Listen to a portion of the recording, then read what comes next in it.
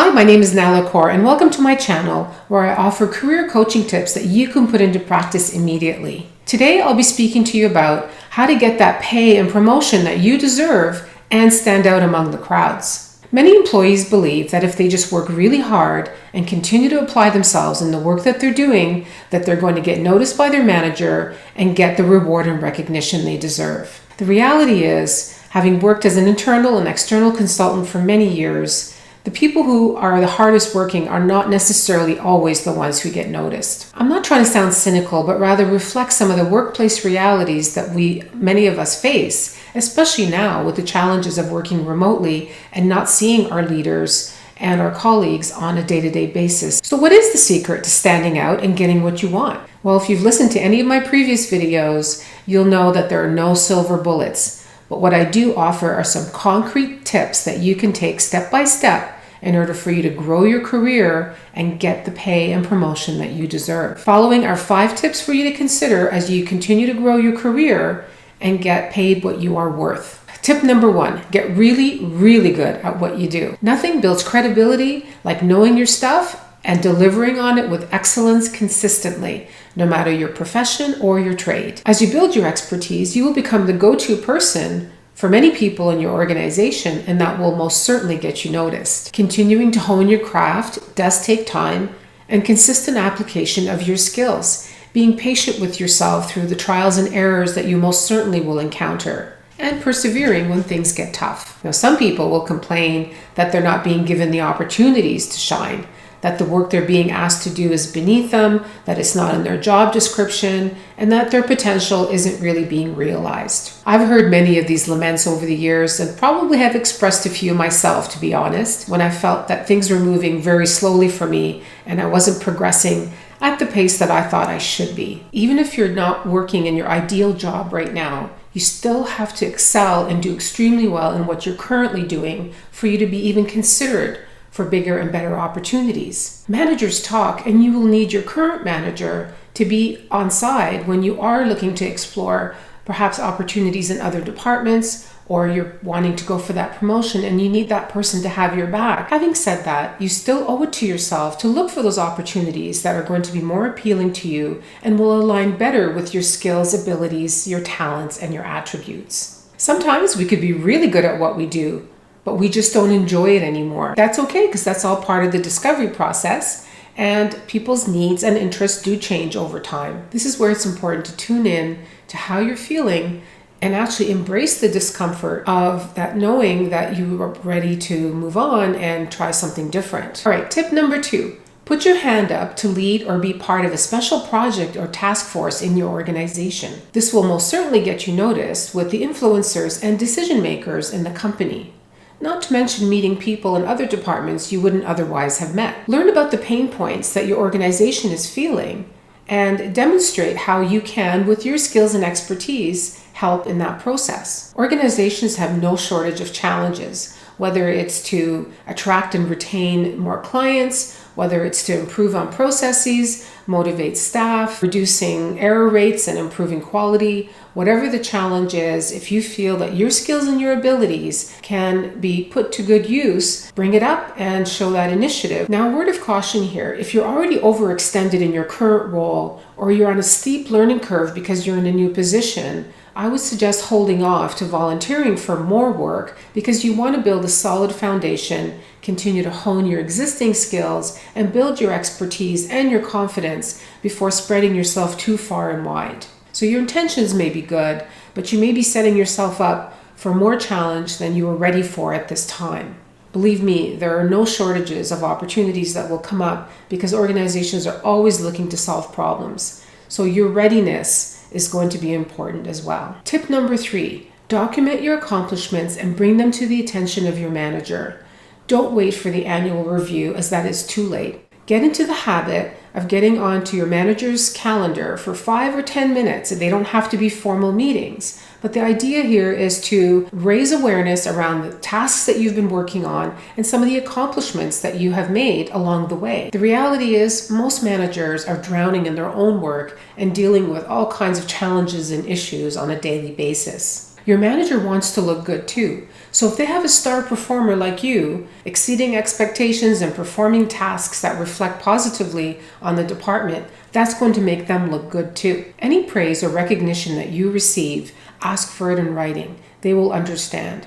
And try to ensure that the feedback is as specific as possible so that it's really meaningful. Make a copy of it and keep it in a folder and take it with you wherever you go. I learned this the hard way when a leader that I was working for went on maternity leave, and the leader I inherited didn't know me at all. Up until then, I'd been working on some pretty innovative projects with a variety of leaders in the organization and had been verbally promised a pay raise and promotion during the next cycle. So sure enough, when this new leader came on board, and she said she preferred to see me in action first before making any of those types of decisions, which was understandable, but you can imagine my frustration.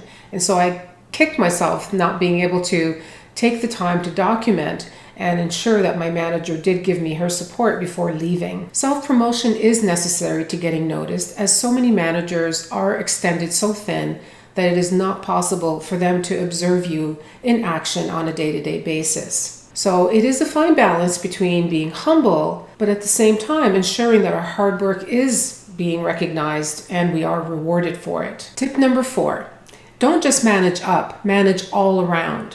What do I mean by that? Some people are great at being visible to senior leaders and putting all of their time and energy trying to impress the big bosses by dropping everything that they're doing to accommodate requests that they may receive from them, sometimes to the detriment of alienating your colleagues, because if you're leaving them to carry the rest of the workload or you're cherry picking certain tasks, this isn't going to go over very well. I've also seen people take the team's hard work and present it in a manner where they take all the credit and not acknowledge the collective effort of the team, which can be extremely alienating as well. Remember, when you get that pay raise or promotion, you are going to need those people on side because they may end up working for you or you may end up working for them. Collaboration and giving credit where credit is due are important character traits to develop and foster throughout your entire career, and it will pay you back tenfold through loyalty and trust. It takes time to build trust, respect, and rapport with colleagues, with internal and external clients, certainly senior leaders, but anyone you interact with throughout your day. Okay, tip number 5. This may be hard to act on, but sometimes it's just time to move on. How do we know it's time? Well, again, this is where self-awareness comes in. If you've really reflected on your skills, your talents, your attributes, and you're sensing that, again, your fullest potential isn't being realized. Are you bored? Are you restless? Are you feeling really frustrated and anxious, knowing that you have so much more to give, but really see few opportunities for you to be able to shine? Then it's time to move on. Now, there are many progressive organizations who work really hard at trying to provide internal progression opportunities through succession planning, through secondments into other departments, putting people on special task forces, giving them the mentorship and coaching and educational opportunities so that they can continue to grow within the organization. However, for many reasons, sometimes people do hit a ceiling. There's an expression in the industry, in order to reap, you have to leap. Let me assure you that it is not disloyal